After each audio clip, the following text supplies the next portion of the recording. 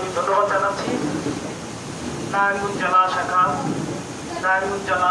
ফতুল্লা থানা শাখা, ফতুল্লা থানা, ফতুল্লা ইউনিয়ন যুবদলের নেতৃবৃন্দদেরকে এত সুন্দর সুশৃঙ্খল আজকের এই শহীদ রাষ্ট্রপতি জিয়াউর রহমানের ৪৫তম শাহাদাত বার্ষিকী উপলক্ষে যে আলোচনা সভার আয়োজন করেছেন, এজন্য আমি আমার ব্যক্তিগত পক্ষ থেকে, নারায়ণগঞ্জ জেলা যুবদলের পক্ষ থেকে সকলকে আন্তরিক শুভেচ্ছা জানাচ্ছি। সংগ্রামী সাথী ও বন্ধুগণ, আমরা এমন একটি সময়, এমন একটি জায়গা আমরা এখানে আজকে কথা বলার জন্য উপস্থিত হয়েছি। এইখানে আমার থেকে আপনারা সবচেয়ে বেশি ভালো জানবেন, যেহেতু আপনারা সবসময় রাজপথে থাকেন, তৃণমূলের নেতাকর্মীদের সাথে আপনারা সবসময় যোগাযোগ রাখেন, কথা বলেন এবং তৃণমূলের ব্যথা দুঃখ কষ্ট আপনারা মানে আমার থেকে বেশি জানেন। তো এখানে উপস্থিত আছেন এনাদনগর ইউনিয়ন যুবদলের সংগ্রামী সাধারণ সম্পাদক খায়রুল কবির জসিম ভাই, এখানে উপস্থিত আছেন ফতুল্লা ইউনিয়ন যুবদলের সংগ্রামী সাংগঠনিক সম্পাদক শাহিন ভাই, মাসুম ভাই এবং সিনিয়র সভাপতি পারভেজ, এখানে আরো উপস্থিত আছেন সুমন ভাই, কামাল ভাই, এখানে মিঠু ভাই, রিটন ভাই এবং সাবেক ছাত্র দলের সভাপতি রুবেল, সৈকত ভাই। আমার মানে ওনার দিকটাকে হাসতেই হয়, আমি যাদের সাথে আগে এই ফতুল্লাতে চলাফেরা করতাম, আড্ডা দিতাম, দুষ্টানি করতাম, রুবেল চৌধুরী ভাই, সুমন ভাই, এদের সাথে আমার দীর্ঘ সময় এই ফতুল্লাতে কেটেছে রাজনীতিক বাইরে। তো আমি আমার পক্ষ থেকে তাদেরকে ধন্যবাদ জানাচ্ছি এত সুন্দর সুশৃঙ্খল একটি প্রোগ্রাম এখানে উপহার করে দেওয়ার জন্য। প্রিয় নেতৃবৃন্দ, আব্দুল খালেক টিপু ভাই আপনাদের এই ইউনিয়নের সম্মানিত সভাপতি, উনি দীর্ঘদিন এই রাজনীতির সাথে সম্পৃক্ত, ফতুল্লা রাজনীতিতে। উনি ওনার রাজনৈতিক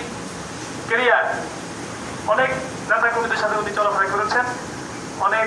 সিনিয়র নেতৃবৃন্দের সাথে তার চলাফেরা ছিল, অনেক জুনিয়র কর্মীদের সাথে তার চলাফেরা ছিল। উনি এই ইউনিয়ন রাজনীতি করতে গিয়ে অনেক ত্যাগ স্বীকার করেছেন। উনি চাইলে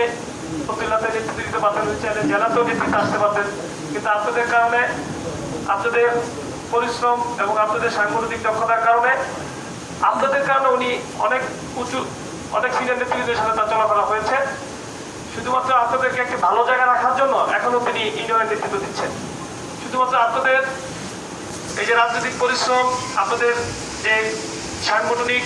সময় আপনারা দিয়েছেন, আপনাদের সময়কে প্রাধান্য দেওয়ার জন্য উনি এখন ইউনিয়নের নেতৃত্ব দিচ্ছেন। এই কথাগুলো বলার কারণ হচ্ছে আমরা অনেকেই কথা বলবো, অনেকের বিরুদ্ধে কথা বলবো, এটা হচ্ছে রাজনীতির একটা কালচার হয়ে আমাদের দাঁড়িয়েছে। হ্যাঁ, আজকে আব্দুল খালেক টিপু ভাই অনেক পরিশ্রম করেছে। 28শে অক্টোবরের পরে ফতুল্লাতে আমরা অনেকে খুঁজে পাইনি, কিন্তু আব্দুল খালেক টিপু ভাই তার জায়গা থেকে যথেষ্ট শ্রম এবং ত্যাগ উনি ওনার জায়গা থেকে উনি চেষ্টা করেছেন, পরিবারের কথা চিন্তা না করে দলের সাথে সাংগঠনিক সংগঠনের গতিশীলতা বৃদ্ধি করার জন্য উনি ওনার জায়গা থেকে উনি পরিশ্রম করেছেন। এই জন্য ওনাকে কিন্তু বাংলাদেশ জাতীয়তাবাদী যুবদল কেন্দ্রীয় পেজে, এটা নারায়ণগঞ্জ জেলা যুবদলের পেজে না, কেন্দ্রীয় পেজে কিন্তু তাকে এই ইউনিটের ফতুল্লা থানা যুবদলের ভারপ্রাপ্ত আহ্বায়ক হিসেবে তাকে দায়িত্ব দেওয়া হয়েছে। বাংলাদেশে অনেক ইউনিট আছে, কোনো ইউনিটে এত তাড়াতাড়ি কাউকে এত দায়িত্ব দেওয়া হয় না। শুধুমাত্র আব্দুল খালেক টিপু ভাইয়ের বিচক্ষণতা, তার সাংগঠনিক দক্ষতার কারণে তাকে এখানে আপনাদের মাঝে এবং আপনাদের সাথে কাজ করাতে তাকে দায়িত্ব দেওয়া হয়েছিল। এর আগে আমাদের